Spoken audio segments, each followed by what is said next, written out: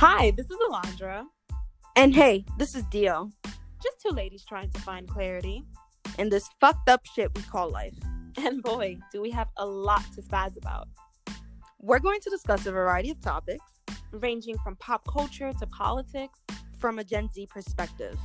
Our opinions are informed from our lived experiences as two inner city, bold, brilliant, badass bitches. And whether you agree with us or not, just know we still have the right to spaz. Ready? Hi everyone, welcome back to the Right to Spaz podcast. And if you're new, hi, my name is Dio, and this is Alondra. And we're back with a brand new episode. But first, we want to thank you guys for everyone who viewed our last episode called Problematic Preferences. We have the most views and interactions with that post by far. So thank you all for your support. Alondra, did you have anything you wanted to mention about that last episode? Anything you want to recap about?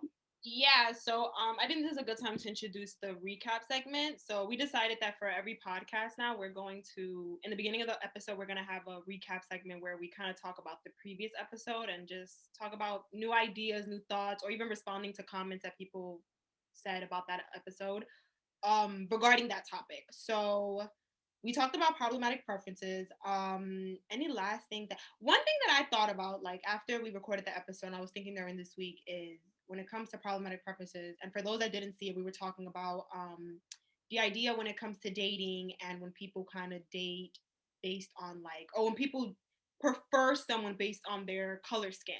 And one thing I was thinking about is that why do you feel that we don't kind of come at people that say that they prefer like darker skinned people? Like it's always like when someone's like, well, I like the light skinned girl, the white guy, or whatever the case is, we're always coming at them. But when I feel like it's when the roles change and it's like girls are saying, well, I like dark skinned guys, and when guys are saying I like dark skinned girls, like that's never a problem. So I don't know. I just was wondering what your thoughts on that. I think it's when it's, I feel like when it's especially white girls that say that, it's a little bit suspicious, but when it's everybody else, it's because I feel like, because they're not as preferred as light-skinned people, when you do prefer them, it's like nobody's gonna clock you on that. Because if you prefer anything else, it seems like it almost seems like you have something against darker skinned people. But when you say you do prefer them, then it's like nobody could clock you on anything. But do you feel like, because I think a conclusion that we kind of agreed on in the last episode was that sometimes like these things kind of derive from something that's problematic. Mm-hmm. For example, like someone liking someone because they're lighter skin or even white could be because you're growing up in a household that's very anti-black, and they put this thing on you. They're like, oh, you have to date something white, or you have to date something that's lighter. So do you think, like, in the sense when someone's saying, well, I like them dark skinned, do you think that also comes from a place that's problematic? Like the idea of just liking someone because of their color skin, regardless of what skin color it is, do you think it's problematic? Or do you think based on what we was talking about before, like when we came to the conclusion of like not all dark skinned people look the same and not all light skinned people look the same, I just think liking someone because of the color of their skin is just problematic in and of itself. You shouldn't like somebody because they are light skin or dark skin or whatever. You know what I'm saying? It's just not. I think just that as is like, no, yeah, I do think to some extent it's so. Do you think what was I gonna say? Do you think I totally lost the fuck I was gonna say? Do you think fuck what we were talking about? We were talking about light skin, dark skin. Oh, okay. Do you think that when someone says like they like someone that's of a darker skin tone, do you think that's them more going against the mold? Or like, is it that they just, you ever say like, again, sometimes I'm thinking about it now, I'm like, sometimes usually when people talk about light skin and dark skin, they always tie it to a race. Yeah, they do. They sometimes almost always tie it to a race too. It's so weird. Usually when people say dark skinned guys, they will say black guys. Yeah, black, yeah. Because there's dark skinned guys in other communities and other races, yeah. We would say. That is very true. It's very messy, that whole idea, honestly. It's kind of messy. Okay. I feel like I was a little bit. I feel like I was acting like I was also humble. Like if I ain't had no preferences in that last in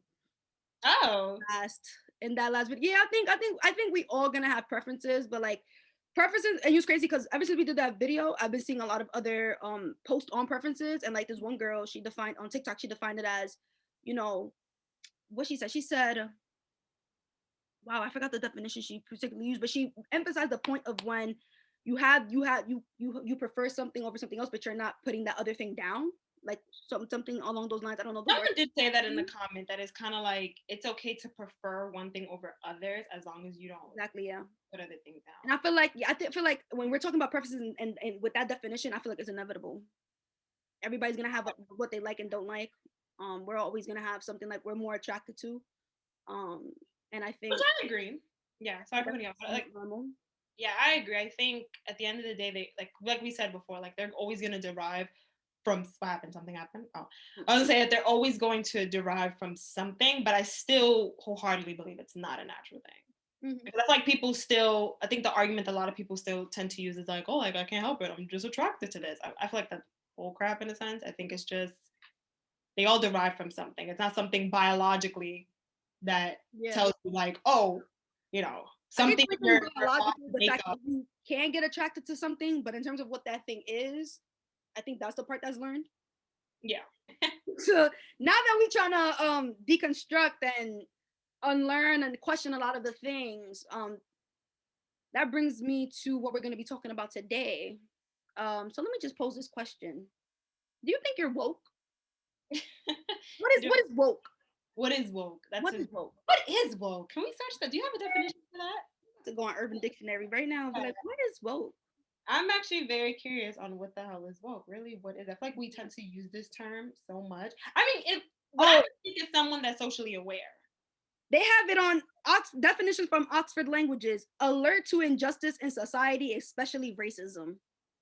Oh, so especially racism. Okay. Wait, so that means that like sexism and all those other isms is not. I think that if it says especially racism, I would assume injustices in society, injustice occurs in terms of classism, sexism, ableism. I guess they say especially race because they probably derive from being alert to racism. But would you call yourself woke? Well, from this definition, yes, I will call myself woke. I think I've come to a place that I'm not oblivious to a lot of the injustices that's happening within our society, especially when it comes to racism. If it's like especially racism, I'm 100% woke. But I do think when it comes to the other isms, like capitalism, classism, maybe to a certain extent, but I don't think I'm always going to be like, I'm 100% woke on all the injustices that's going on. Yeah. I'm pretty sure there's a lot of injustices going on in our society that I probably have no freaking clue of. Yeah. I'm just not alert about. So I think when it comes to like racism, particularly when it comes to the Black people, the Black community, 100%.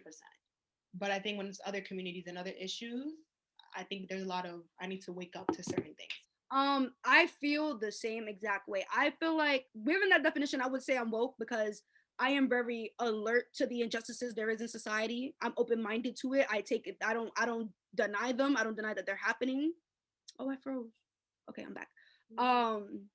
And I definitely do feel like there's a lot for me to learn and there's a lot for me to unlearn. And I feel like I learn that every day, especially on my social media, when some people point things out and they're like, this is problematic, and I don't see it at surface level, like, how is this problematic?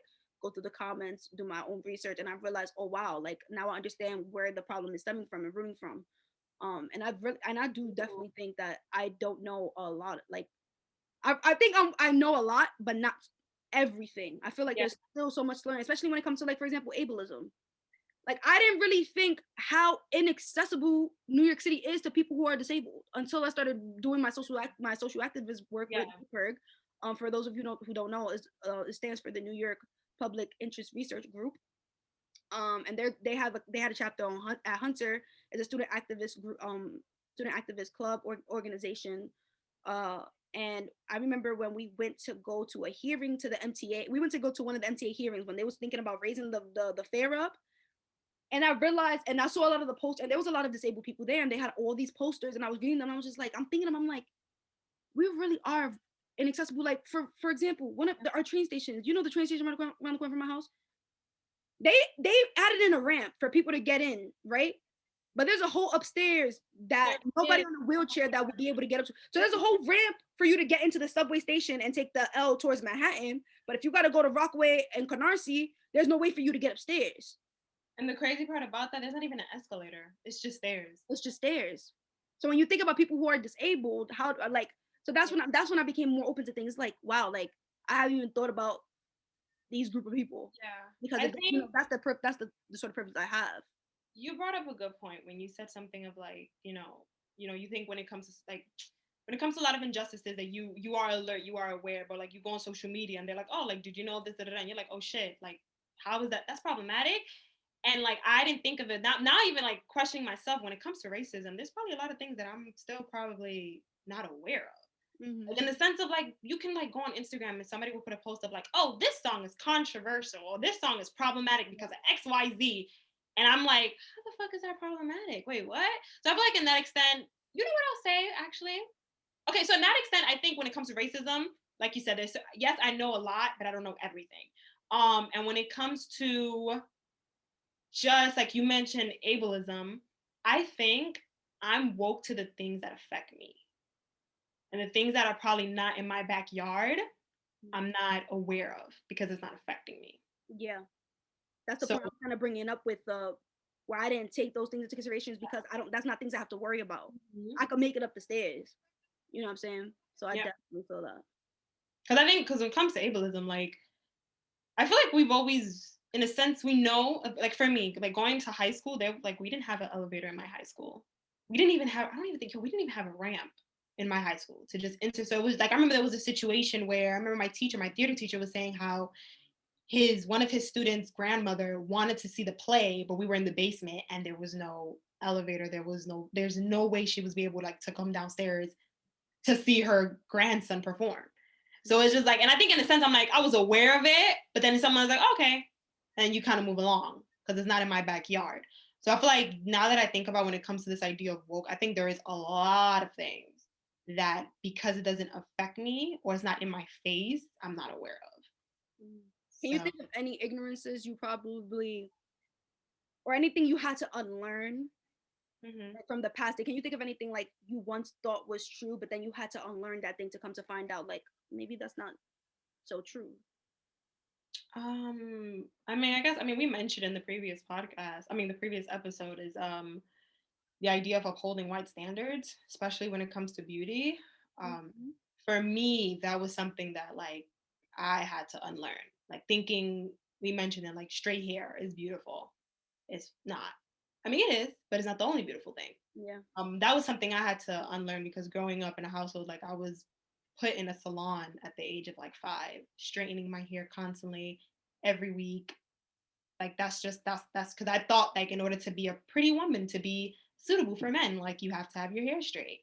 And then eventually it wasn't until like one of the things that I would consider like the thing that woke me up is when I read Toni Morrison's The Bluest Eye.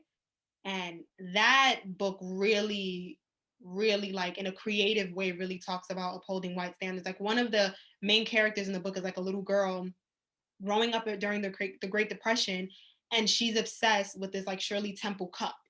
And then like oh my god, the way Toni Morrison writes it, that she puts like she's drinking milk from a Shirley Temple cup, and Shirley Temple is obviously this white blonde girl, and she's drinking milk from that cup, and it's like she's internalizing whiteness because she just wants blue. Because like in the book, she wants blue eyes. Like she feels like that's the thing that's gonna like rid all the problems that she has.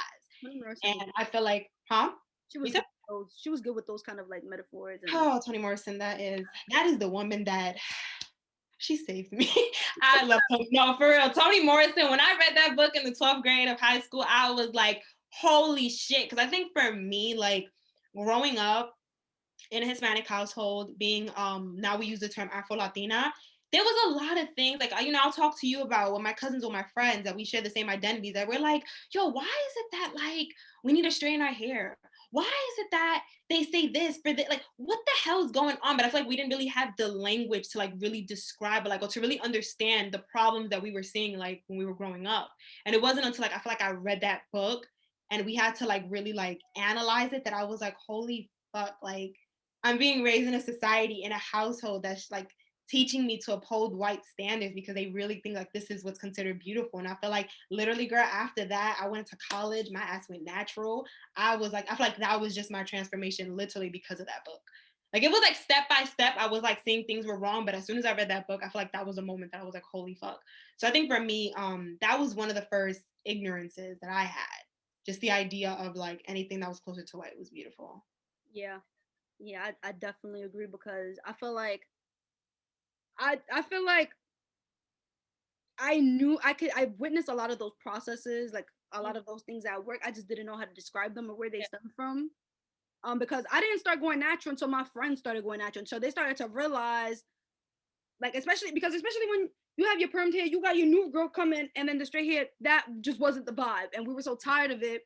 And it wasn't until I think it was one of my friends when she finally did the big chop that I felt motivated to do the big chop, because they were starting to see that, this really isn't the wave. Because I was forced to do perm. I was not trying to pay for my hair if it wasn't gonna get perm.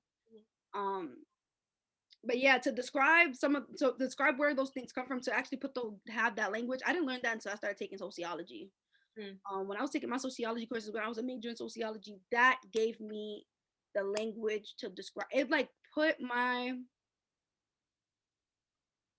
reality into perspective. Like, Mhm. it really defined a lot of things that were going on. Like, terms like the sociological imagination is like my favorite one, is one that I still carry with me, and intersectionality and stuff like that. Mhm. That, like, when I read those works, it's just kind of like, that's so true. Like, I have an example for each thing that they were talking about, each phenomenon they would describe. I had an example for each one, and I knew how to put it into, like, I knew I can use my experiences, my lived experiences, to connect to what they're saying, and think like, wow. So that's why that happens. It's so Um, mind blowing too. Like mhm. so many things that you're like, it's like you knew this was a problem. Like you Yeah, knew something wasn't right, but you just didn't have like the words to describe or to explain what's the root of this. Um, and I feel like that those moments that I had, it really would have to be like from 12th grade to like the first year of college, taking certain classes, reading certain books that I was able to like really open my mind and be like, holy shit. Oh my God, this is what's been going on. yeah. So I think that was really the moment that I became very, very woke. And I don't feel like the way I like to describe, like, this whole journey of unlearning. I feel like I've always been on, like, kind of this journey of, because there will be a lot of things, like ideologies that are enforced at home and at school, that I never really, like, believed in.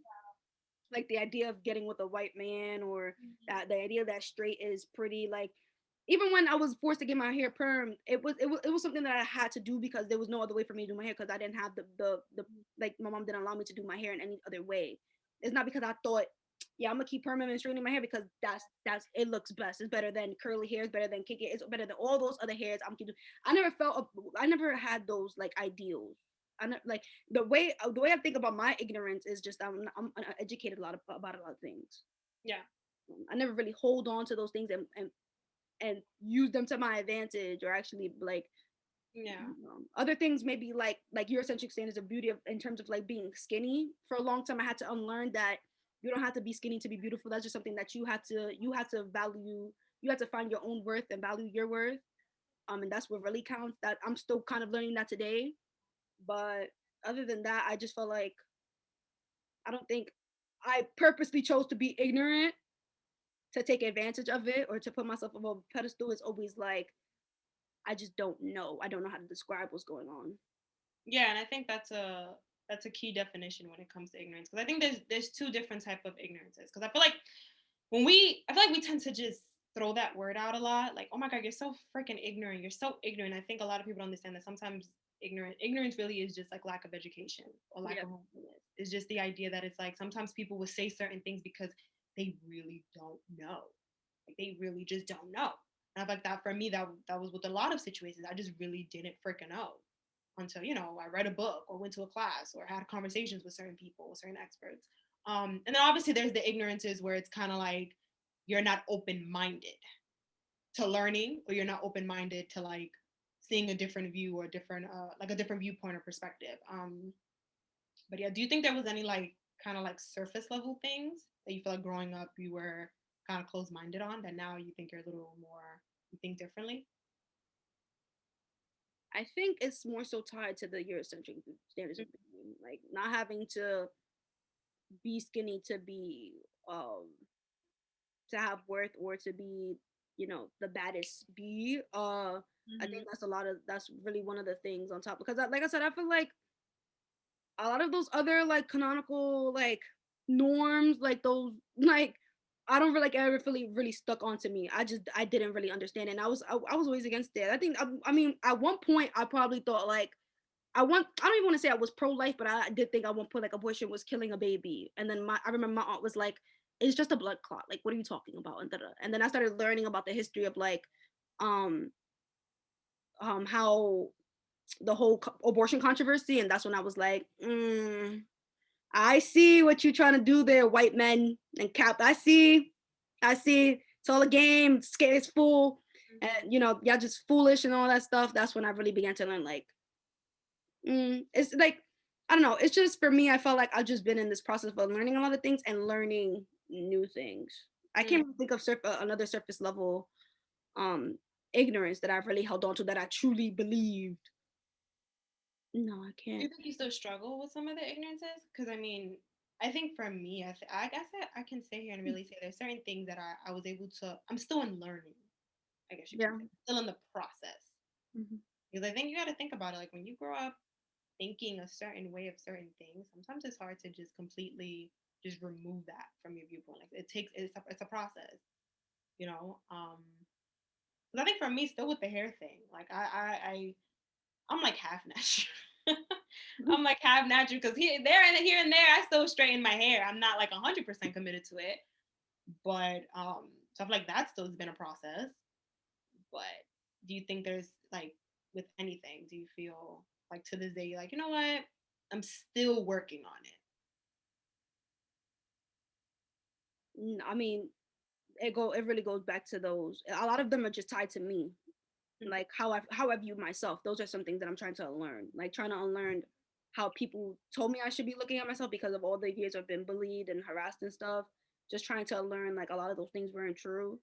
Um, that's still something that I struggle with every day. But Wait, what do you still struggle with?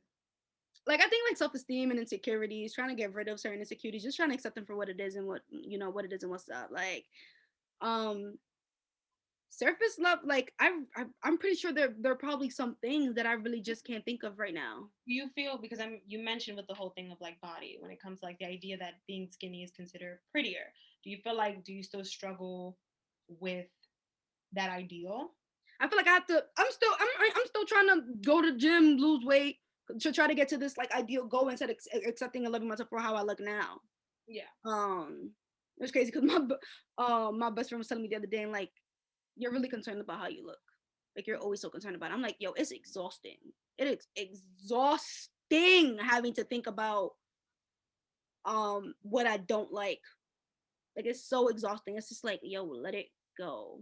Yeah. Um We're always gonna have insecurities, though, yeah, I mean it's really and it's crazy because in this process of unlearning it always reminds me like, yo, I really don't know everything. I thought I was smart, I thought I knew all these things, I thought I knew better, but every time you learn something new that kind of contradicts what you thought was true, it's kind of like, wow, I didn't know shit. Yeah. Like that's really what it is for me. um I think like because going back to the topic or sticking on the topic of like beauty standards, like now that I'm taught, like now that we're thinking about it, I feel like there's a lot of beauty standards that I think today I feel like we still uphold in the sense. Like I remember when we had the conversation about acne, like the idea that we live in a society where they tell us that acne is like honestly, girl, to this day, I just feel like no, like I can't. I don't like acne. I don't want it in my face. Like if I see a pimple, it needs to get out of my like. But now, like I remember you brought up the point one time that you was like, it's really just a natural thing. Like, why is it that we tend to shame this thing that's like a natural stuff that's happening to our body? I That is think the term I'm looking for to describe that, I don't want to get this wrong. I think it's called, I learned it in my women's and gender and sexuality class. I think it's called disability politics, where it's kind of like not normalizing that, this is not abnormal or unnatural, but Mhm. we can still accept it for being natural. You know what I'm saying? Because it do exist. Like acne does exist. You know what I'm saying? It's not gonna kill you. It's not harmful to you. It's just it happens. Not seen as beautiful. It's not But seen as it's something else that get monopolized because then they sell all these products to try to, and that's how capitalism works because they target your insecurities, and then yeah. you have to buy all these things to kind of fix it. Like not just thought about it, because we talk about like acne, like beauty standards. Something that I haven't unlearned. I don't even know if I'll ever get to a place that I will unlearn this body hair. Ah, girl. Mm, Because I know now we're having the because it's something that I've been wanting to like embrace. Because we've been having this topic, like there's this, there's a whole movement going on with people like, taking pictures with hair in their armpits, leg hair, like all that stuff. I don't know if I could. I don't think I could get there. I find it liberating. I like, if there's anything, I like when people go against the norm and they're so vocal about it, because it makes me feel like it gives me some sort of confidence. I feel like it's liberating. Like, I don't know. Like, imagine if we could really live in a world where I could go outside without having to worry about if my legs have to be shaved. But I find it liberating. Like, I don't know, because then it's like, if we normalize, I feel like it leads us to normalizing it. If we normalizing it, then people won't care. But I care. For me, I'm not gonna hold you. I fuck with them. People that are just like preference. Oh shit, it's a preference. But then again, I feel like because that's something. How do I say that? Like for me, that's something I guess I have to unlearn, because I was taught, or I was like, it was forced upon me that like you need to have your legs shaved if you want to go out, if you want to seem presentable. Yeah, if you want to go out, yeah. Well, for women more so. Mm-hmm. But yeah, girl. But it's so like it's so crazy how I think about it, because like on a girl, I'm just like, no, like oh my god, I need to be presentable, I need to shave. But I feel like on a guy, I love it. You get what I mean? So it's really something that like, yeah. For me, it's a preference. Like I want it to be normalized to the point where it's like it'll be normal if I go outside and I haven't shaved my legs or my underarms, and that's fine. Nobody has to look at me crazy. But I still feel like now it's kind of like, for me right now, it's kind of a form of self-care, not gonna lie. Like whenever I feel like doing when I'm getting ready to do my hair, that's when I want to do my face mask. I want to shave everything, make sure everything nice and polished. So that's something like I'm trying to challenge myself to kind of let go of that need of having to shave. But I don't know, because I kind of like prefer when I don't have I like how I feel and look without the hair. So I don't know, but I also want to have the choice of, if one day I want to rock it, I don't feel like doing it, that'll be fine too. Mm-hmm. That's a good point. Well, I feel like we're sticking on beauty standards a lot. That's a lot, because it's true what you said. Like the cosmetic industry, they really do profit off of our insecurities. Girl, I went to my dermatologist's office, and just the posters that they had up, they're so vain. Like, I can't even. I don't remember one, but I remember looking at that. I'm looking at a poster, and I'm just like, I think it was towards, I think, the cool scope thing, like I think it's something along the line, getting rid of stubborn fat or something like that. And I'm just like, it's so problematic. Like the way they framed it and they said it, I'm just like, this is why people feel the need to buy into a lot of these things, because the way they painted it, something that has to be fixed. Like, look at and they always advertise that, look how much better your life would be if you would get rid of this or this and that. And it's just like, why don't, it's like, I want us to get to a place where we can normalize a lot of these petty little things, so that because it's not normalized, I feel like it causes a lot of like self-esteem issues, insecurities, and that affects mental health. Do you think do you really feel like normalizing is really going to fix the problem? Because like just even thinking on, not even the sense of like just simple things like body hair, like you said, like petty little things, but like when you think of people that get like plastic surgery and stuff because they want a bigger butt, or because they want bigger boobs, or that, I feel like, is it because we don't normalize those type of body images, or is it more so like is it normal, or is it possible for somebody to just be born and just always have an insecurity that wasn't influenced by like outside factors, by the media, by family, whatever the case is? Because like, you have people that are really like, they're like, oh my god, ever since I was young, like I just hated my nose, or like I hated my lips, or this and that, or I hated my ass, I hated my boobs, like. And like, do you always feel like our insecurities, like, do you really, like, you know what, that's the topic, like, do you think our insecurities is always going to be influenced by an outside factor? Like, if we were to just go out here and normalize every single thing, just normalize everything, will we be insecure about anything that we have? Maybe, because everybody have their preferences. They like what they probably don't like how it looks on them. What I want us to normalize it to the point where it's like we always have the choice, and we're not judging people based on the choice they go with. You know what I'm saying? Like, I just want to be normalized so that I just have the choice to choose how I want to look whenever I want. But I do feel like I don't know. what that would look like. I don't know how that would look like if, let's say, everything was like, let's say we lived in this perfect world, everything's normalized, where people still have these insecurities. I don't think so, because I don't think it, because it's insecurity until people point it out and start pushing something else on, when they start pushing and forcing it on you. Like, oh, why do you have that little peach fuzz? You might want to get rid of that. That's when people start realizing, because I didn't realize a lot about my insecurities until somebody else pointed it out about me. Like, I didn't look down. I didn't really look at some of my, especially going out with acne. I didn't really pay much mind to my acne until I started seeing, like, oh my God, look at that clear skin. Like, they don't have uneven skin tone. Like, some things like that. I feel like, nah, I think a lot of the time we have insecurities because it's pointed out, and people make those kind of like comments, especially like for weight gain, for example. Like, you put on some weight, microaggressions like that. Like, Yeah. or what's another one? Towards weight. I remember one time when I lost all my weight, somebody came up to me and they looked at me up and down. They was like, "Well, you look so pretty now," and I'm just like, trying to say, look pretty now because I'm slimmer. Yeah. I agree. I think like when you think of insecurities, I feel like the reason why a lot of us do have insecurities is because they're not normalized. Because we don't, they're not, yeah. I think it's just because they're not normalized. I feel like we do live in a world where it's like people tell us that looks bad, this looks good. So we kind of put, boy, are you good? No, I'm laughing because I'm thinking in my head it all goes back to capitalism. It does go back to capitalism. Because they profit off of your insecurities. The fact that, like, if you think about it, we're really wasting money every month to buy shaving cream and razors to shave your body hair. Like, that, girl, you could save up some good amount of money each month off of that shit. Yep. And that's why I decided to stop. My first step towards that was I decided to stop threading my eyebrows, especially because the pandemic started. You know, once you start threading, it'd be looking nice and stuff. But for me, I hated when those little hairs would grow back. I would think, oh, it looks so unkept now. It looks so. It used to bug me. But because we was in a pandemic, everything was closed. I had to put up with it. I grew it out, and I just got so used to growing it out and shaving it down myself. Cleaning up myself a little bit, getting it to a point where I was getting comfortable with bushy eyebrows. I was like, I'm gonna save myself a couple $6-7 now. I'm not gonna do my eyebrows no more. No, for real, because I was thinking that the other day, and I was just like, bro, like, last time I got my eyebrows, and I'm like, yo, am I really here wasting money to fucking pluck hair?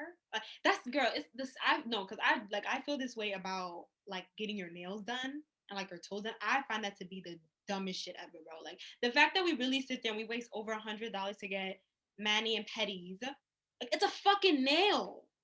Like, so people just sit there and be like, yo, it's a fucking nail that we're painting. Like, yo, it's the dumbest shit ever that we're really wasting over $100 to paint a fucking nail. Like, it's way more money now. And that's the thing. I'm just like, bro, like, what the fuck? Because I guess I can understand when you go and, you kind of like fix it up a little, like, it's relaxing, get the nasty stuff off your toes, whatever the case is. But it's like when you really like sit there and waste money over like these crazy designs, and I guess we could say it's art, but it's really a nail. Or like even the sense of like, because at the end of the day, like, I get my nails done when I want to, it's fun, it's cool. So I'm not gonna like knock anybody who does it. But I think it's more so the sense of like when we really sit there and like if our nails is not done, we think we're not like pretty. Like, oh, my nails isn't done. I'm not feeling my nails. I can't go out. My nails are not done. Because me, I once I get them done, I'm compelled to keep doing them over and over again because they just look so cute. And I'm just like, nah. One day, and me, I'm a little nitpicky because once I see them grow out, I'm gonna go get them done. Yeah. And they start growing out in like a week and a half. I hate getting my nails. Accumulates so much money. I was in the Birkin. You said you want a Birkin? No, baby girl, no. I would never have my drink. No, I said I'm too clumsy. My shit's always break. Remember my last nail injury? I'm done with fucking a girl. That is true. But it's just like when you think of those little small things that it's like, bro, like, we're really wasting money over like this little dumb shit. Like, what the fuck? Yeah. How does this relate to us being woke again? Capitalism, bitch. That's how it relates to capitalism. I'm telling you, though, my favorite phrase, capitalism is the root of all evil. And there's just a lot of unlearning and learning to do. That's like my favorite term. That's like my key terms for this year. Unlearning and like, because that's what I am on this process of unlearning. I know there's there's so many more things I need to learn. And I as tough as it can be, I'm still kind of excited honestly, to be Mhm. more aware, to be more woke, to kind of And I think this is what like this podcast is really about, is that this podcast within itself is like our journey, and you said in unlearning and learning. and learning a lot of Like, things. we're gonna say certain things today that we may not agree with tomorrow. Or it's gonna be well articulated tomorrow. Because I know sometimes Yeah, it's gonna be exactly. videos and I'm just like, why didn't I say it this Why way? did I say this? Why didn't I Yeah. mention this? Like this is really what this podcast is really just about, just not only for ourselves, but I guess for the people that's tuning in and listening. Like, we want you guys to come on this journey with us as well. Like, if there's certain things that you feel like, yo, like you don't have the language to express it, hopefully we feel like we can provide that language with you, or maybe say something that can spark it in your head. It's really just about open dialogue, healthy open dialogue, that I feel like we're all trying to figure out. People that come from the same situations as we do, that share the same identities as we do. I feel like we don't have so many platforms like this. I mean, I think now with the podcasting, like it's expanding, but it's rare that we need more platforms like this that just allow us to really just sit here and question our circumstances and what our experiences, and have really good conversations that eventually will lead to change. So, more safe spaces, yeah, definitely. but yeah, is But there any last ignorances? No.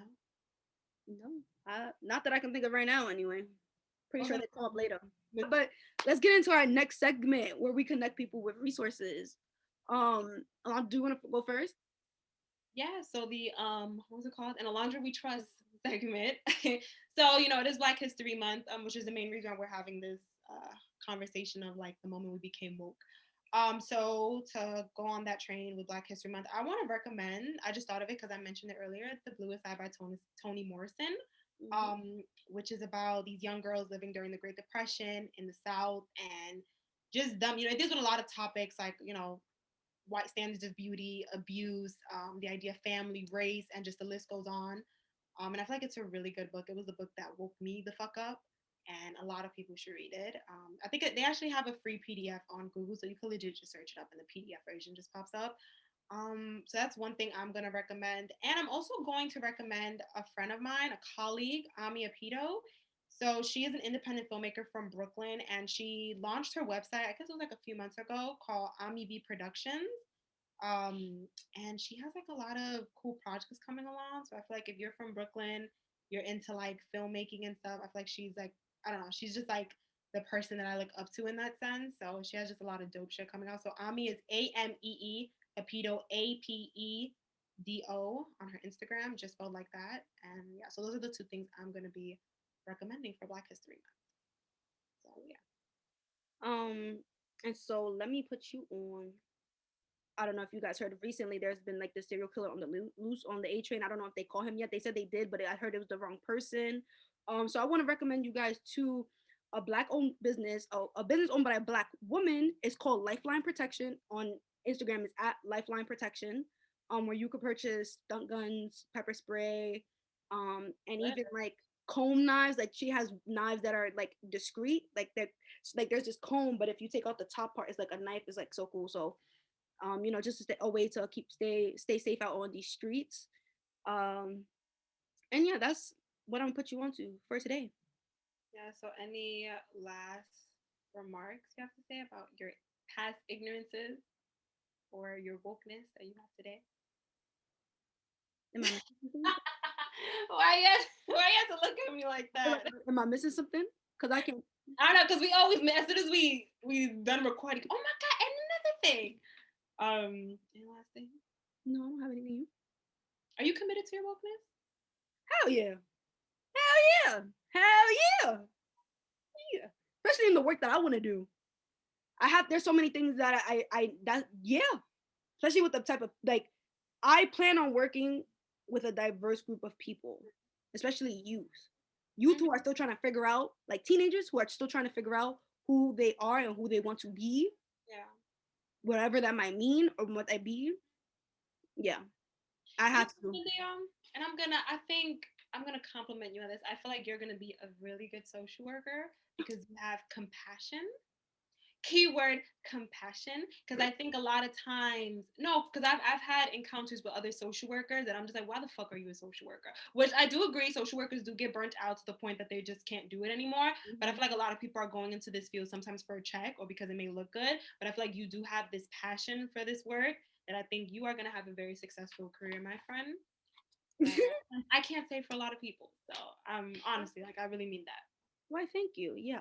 And I do feel like, honestly, well, since we're giving out compliments and appreciation, maybe that should be another segment in this podcast where we give appreciation. Oh, new segment alert. I've always been telling from our first episode, like, Alondra is meant for this production and development stuff. Like, I don't even think y'all understand, because remember on our first podcast, the way you were doing the transitions on the spot, I was like, yeah, she meant to be on camera, on screen, on audio, live, and in stereo.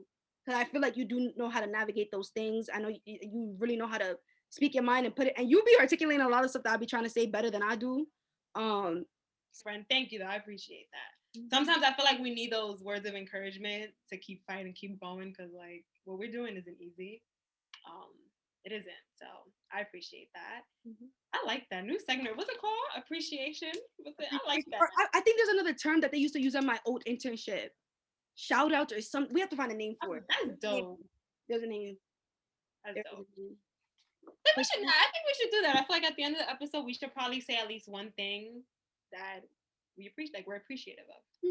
But as a person, a thing, whatever the case is, like, okay, you see, learning. You know, we're learning. This is we're learning how to. We're building the play as we fly it, but we're still flying high. But yeah, thank you guys for tuning into the Right to Spaz podcast. And remember, whether you agree with us or not, just remember we still have the right to spaz. So see you guys next week.